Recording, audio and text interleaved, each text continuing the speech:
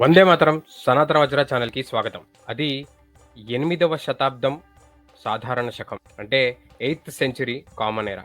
అప్పటి బగ్దాద్ రాజు వారి భాషలో చెప్పాలంటే ఖలీఫ్ అల్ మన్సూర్ తన రాజధాని పునాది వేయటానికి ఒక మంచి ముహూర్తం చూడమని తన ఖగోళ జ్యోతిష్య శాస్త్రవేత్తలకు చెప్పాడు.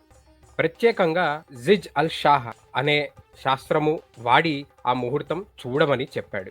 ఎక్కడో 8వ శతాబ్దము ఎప్పుడుదో అక్కడెక్కడో బగ్దాద్ ఇప్పుడున్న ఇరాన్ ప్రాంతం వారు ఎవరో ఆ రాజు ఏదో చెప్పుకుంటే మనకేంటి అనే ఆలోచన మీకు రావచ్చు. సాధారణంగా హిందూ వ్యతిరేక చరిత్రకారులైన, భారత్ గొప్పతనం నచ్చని వారైన, సో కాల్డ్ ఇంటెలిజెంట్ పీపుల్ మేము రేషనల్ అని దొంగ ట్యాగులేసుకొని తిరిగేవాళ్ళైనా, కమ్యూనికృష్ట చరిత్రకారులైనా సరే, ఖగోళ జ్యోతిష్య శాస్త్రాలు గ్రీకు, అరబిక్, చైనీస్ వాళ్ళు మాత్రమే ఈ ప్రపంచానికి అందించారు అన్నట్టుగా చెప్పుకుంటూ వచ్చారు. కానీ అదే ప్రాంతపు రాజు తన రాజధాని పునాదికి ఒక ప్రత్యేక శాస్త్ర విధానం వాడమని చెప్పాడు. ఆ శాస్త్ర విధానం యొక్క మూలం మన భవ్య భారత భూమిలో పుట్టిన ఖగోళ శాస్త్రము అని ఎంతమందికి తెలుసు? అల్ మన్సూర్ ప్రత్యేకంగా ఈ విధానాలు అడగటానికి 2 ముఖ్యమైన కారణాలు. ఒకటి, ఒకరోజు తన సభలోకి హింద్ ప్రాంతం అంటే భారత్ నుండి ఒక వ్యక్తి వచ్చి సింధ్ హింద్ అనే ఒక గణిత విధానాన్ని చెప్పాడు.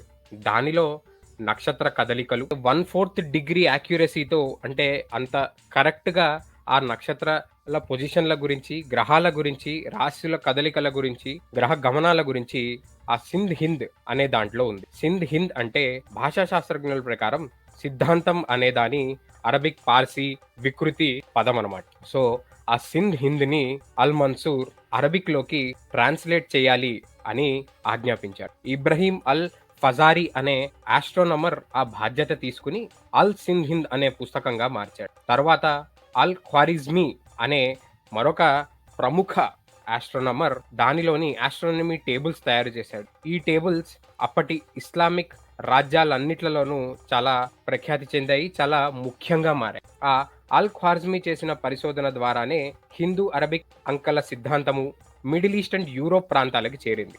అదే లాటిన్‌లో అల్గారిథమీ అంటూ ఇప్పుడు మనం చూస్తున్న యూరోప్ వాళ్ళే అందరికీ అందించారు అనుకునే అల్గోరిథమ్స్‌గా మారాయి. ఇలా హిందూ నుండి వచ్చిన హిందూ గణిత విధానాన్ని ఇలా అనువదించారు అని మనకి 11వ శతాబ్దానికి చెందిన అల్ ఆండలూసీ అనే చరిత్రకారుడు తాను చేసిన పరిశోధనలో తెలిసినట్టుగా చెప్పాడు.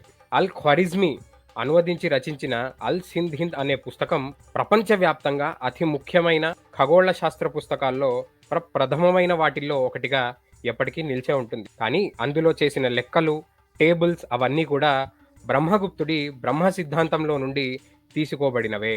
ఇన్ఫాక్ట్ తన రచనల్లో సూర్యుడు, చంద్రుడు సైజ్ ఎంత ఉంటుంది, భూమి ఛాయ ఎలా ఉంటుంది, వాటి గురించి చెప్పే రూల్స్‌కి ఎల్బుత్ అనే ఒక పదాన్ని చాలా చోట్ల అల్ ఖ్వారిజ్మీ వాడాడు. ఆ ఎల్బుత్ అంటే మన ఖగోళ శాస్త్రంలో గ్రహాల ఛాయ గురించి చెప్పే భుక్తి అనే పదం. ఇదే ఖ్వారిజ్మీ అల్ హిసాబ్ అల్ హింద్ అంటే బుక్ ఆఫ్ ఇండియన్ కాంప్యూటేషన్ అని, అల్ జామ్ అల్ తఫ్రీక్ అల్ హిసాబ్ అల్ హింద్ అని అంటే book of addition and subtraction in Indian arithmetic అనే రచనలు కూడా చేశాడు. అంతేకాదు అల్ ఖ్వారిజ్మీ అందించిన ఈ ముఖ్యమైన పుస్తకాల్లో వాళ్ళు అరిన్ అని పిలిచే ఆ మహాకాలుడి ప్రాంతమైన ఉజ్జయిన్ని సెంటర్ ఆఫ్ ఎర్త్ గా ఉంచి లెక్కలు కట్టాడు. ఆర్యభట్టుడు, బ్రహ్మగుప్తుడు ఇద్దరు కూడా ఉజ్జయిన్నే భూగోళానికి సెంట్రల్ గా తీసుకున్నారు. వాళ్ళు ఒక సంవత్సరానికి 365.15 రోజులు అని క్లియర్ గా చెప్పారు. గ్రహాల పొజిషన్స్ ని అల్ ఖ్వారిజ్మీ రాస్తున్నప్పుడు ఎల్వజత్ అని రచించాడు. బ్రహ్మగుప్తుడు చెప్పిన అహర్ఘన అనే విధానం బట్టే ఆ లెక్కలు కట్టాడు. ఇది కూడా చాలా క్లియర్ గా మనకి హిందూ గణిత ఖగోళ శాస్త్ర ప్రాముఖ్యతను చెప్తుంది.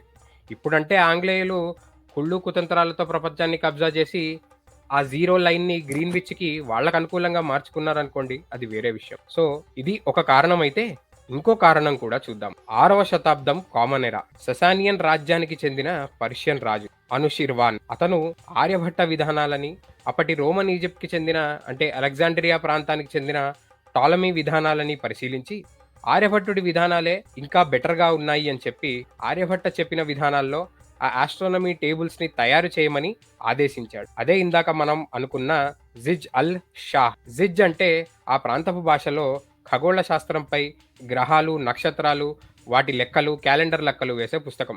వాళ్ళ పంచాంగం అని ఒక విధంగా అనుకోవచ్చు సింపుల్‌గా. సో, అప్పుడు తయారైన జిజ్ అల్ షాని యూజ్ చేసుకొని 200 ఏళ్ళు తర్వాత కూడా ఆ అల్ మన్సూర్ అదే క్యాలెండర్‌ని వాడి ముహూర్తం పెట్టమని చెప్పాడు. ఇదే అనుషిర్వాన్ సమయంలోనే ఆ ప్రాంతానికి భారత్ నుండి చదరంగం గూడా పరిచయమైంది. ఇది కూడా ఒక గుర్తుపెట్టుకోవాల్సిన అంశం. 8వ శతాబ్దానికి చెందిన అమర్ అల్ బల్కి అనే ఆస్ట్రోనామర్ కనక అనే భారతీయ శాస్త్రవేత్త ఖగోళ శాస్త్ర విజ్ఞానంలో చాలా గొప్పవాడని రాశాడు. ఈ కనక అనే శాస్త్రవేత్త గురించి కన్కా అల్ హింద్ అనే ఒక రచనలో మెడిటేరియన్ అండ్ యూరోపియన్ ప్రాంతాల్లో చాలా ఎక్కువగా ప్రాచీన మనుస్క్రిప్ట్స్‌లో మనకి కనిపిస్తూ ఉంటుంది. చరిత్రకారుల ప్రకారం ఈ కనకుడు భారత్ నుండి బయటికి వెళ్ళిన తర్వాత ఈ ప్రాంతాల్లో చాలా ప్రాముఖ్యతని పొందాడు. ఇప్పుడు 20వ శతాబ్దానికి చెందిన రెజిస్ మొరెలోన్, రొజ్దీ రషీద్ అనే ఇద్దరు ప్రముఖ శాస్త్ర విజ్ఞాన చరిత్రకారులు. అంటే ప్రపంచంలో ఈ సైన్స్ ఎలా పెరుగుతూ వచ్చింది, సైన్స్‌కి చరిత్ర ఎలా ఉంది, ఏమిటి అనే పరిశోధనలు చేసేవాళ్ళు. వీరి పరిశోధనలో ఇందాక మనం చెప్పుకున్న అతి ముఖ్యమైన రచనలు చేసిన అల్ ఖ్వారిజ్మీ చేసిన లెక్కలు అన్నీ హిందూ గణిత ఖగోళ శాస్త్ర విధానాల్లోవే అని తేల్చి చెప్పారు.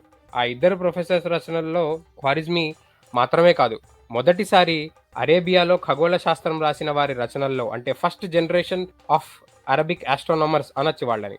వాళ్ళ రచనల్లో కూడా ఆర్యభట్టీయం దాని పేరు అల్ అర్జబహార్గా, అలాగే బ్రహ్మగుప్తుడి సిద్ధాంతాలని జిజ్ అల్ అర్కంద్ అని, జిజ్ అల్ సిన్హింద్ అని అనువాదాలు చేసుకుని దాని నుండి ప్రేరణ తీసుకుని వాళ్ళ పరిశోధనలు వాళ్ళు చేశారు. ఈ ఇన్ఫ్లుయెన్స్ కేవలం అరబ్, పర్షియన్ ప్రాంతాలకే కాదు, యూరోప్‌కి కూడా చేరింది. టెలీడో టేబుల్స్, అల్ఫోన్సైన్ టేబుల్స్ అని యూరోప్‌లో బాగా ఫేమస్ అయిన ఈ విధానాలు కూడా ఆ అల్ ఖ్వారిజ్మీ రచనల్లోంచి వచ్చినవే.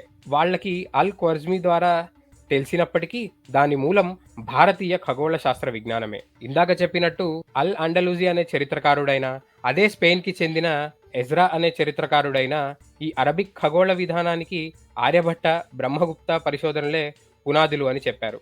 ఎజ్రా తన రచనల్లో కనక అనే భారతీయ శాస్త్రవేత్త రాజు ముందు హిందూ అంకెల గురించి చెప్పాడు అని, అంటే అరబికులకు 1 నుండి 9 అంకెల గురించి నేర్పాడు అని, ఈ కనకుడు చెప్పిన వాటిని రాజు ఆజ్ఞ ప్రకారము జేకబ్ షారా అనే ఒక యూదుడితో అనువాదించమని చేయించారని, అవి వాళ్ళకి అక్కడ క్యాలెండర్ టేబుల్స్‌గా పునాదిగా మారాయని చెప్పడం జరిగింది. ఈ అల్ జర్ఖాలి అనే ఈ ఎజ్రా కింద పనిచేసిన ఒక శాస్త్రవేత్త ఇందాక మనం చెప్పిన టెలీడో టేబుల్స్‌ని లెక్క కట్టాడు. సో, వీటి మూలము లేదా పునాది కూడా భారత్ నుండి వెళ్ళిన విజ్ఞానమే.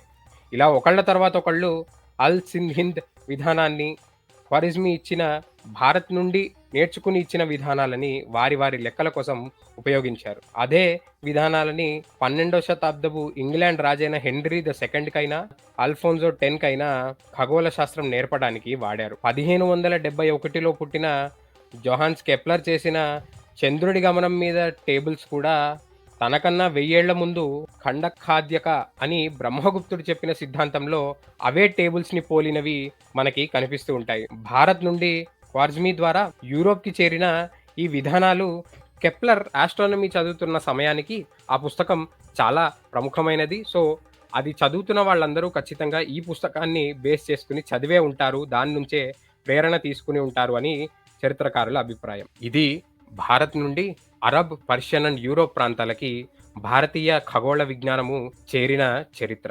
ఇంకో ప్రాంతం కూడా ఉంది, చైనా. చైనాలో 67 కామన్ ఎరా నుండి 515 కామన్ ఎరా వరకు దాదాపు 1400 రచనలు సంస్కృతం నుండి చైనీస్‌లోకి అనువాదం చేశారు.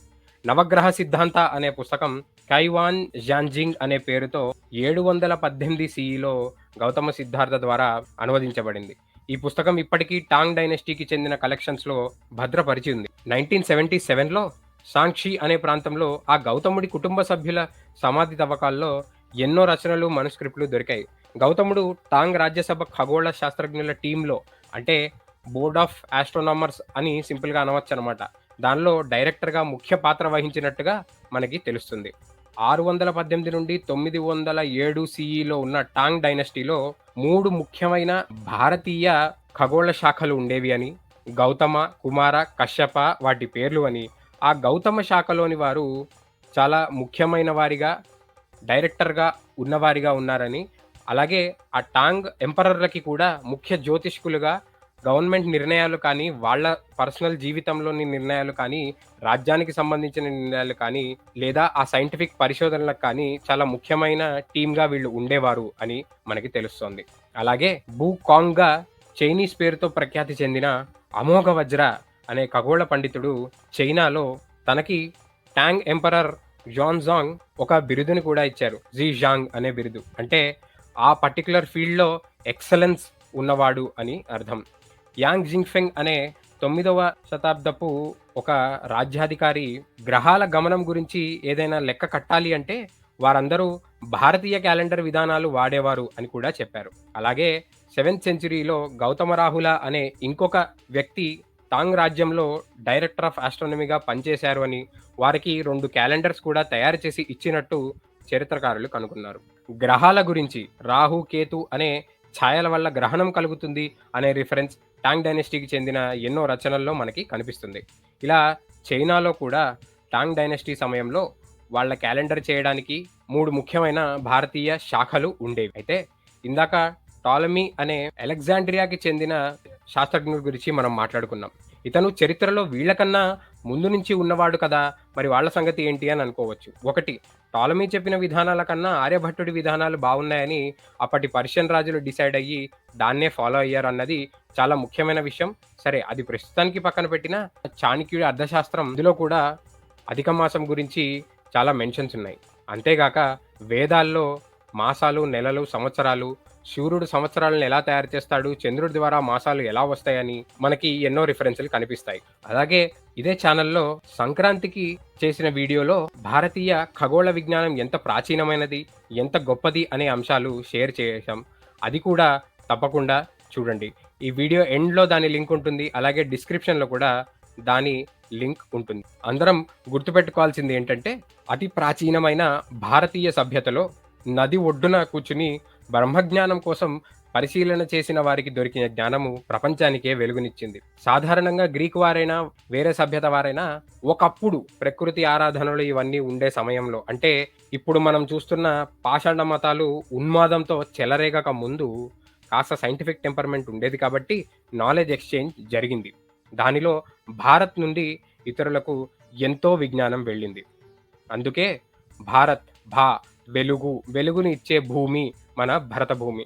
ఆ వెలుగు మాకు కనపడకూడదు బాబోయ్ అని కళ్ళు మూసుకుని నిద్రని నటించే ఓగాయిత్యం బ్యాచోళ్ళు ఎలాగో బాగు చేయలేం గానీ, ఆళ్ళను వదిలేసి భారతీయులము, ఇక్కడి హిందూ విజ్ఞానము గొప్పది అనుకునే వారందరూ తప్పకుండా ఈ వీడియోని మీ తోటి వారితో షేర్ చేయండి. వీడియోని లైక్ చేసి మరింత మందికి భారతీయ విజ్ఞాన వైభవం తెలిసేలాగా చేయండి. ఇలాంటి మరిన్ని వీడియోస్ కోసం ఛానల్‌ను సబ్స్క్రైబ్ చేసుకోండి. పక్కనే బెల్ ఐకాన్ ఉంటుంది. కొత్త వీడియో రాగానే మీకు నోటిఫికేషన్ రావాలంటే ఆ ఐకాన్‌ని క్లిక్ చేసి మీ సపోర్ట్ అందించండి. ఉగాది శుభాకాంక్షలు. మళ్ళీ కలుద్దాం. జై శ్రీరామ్, జై భారత్.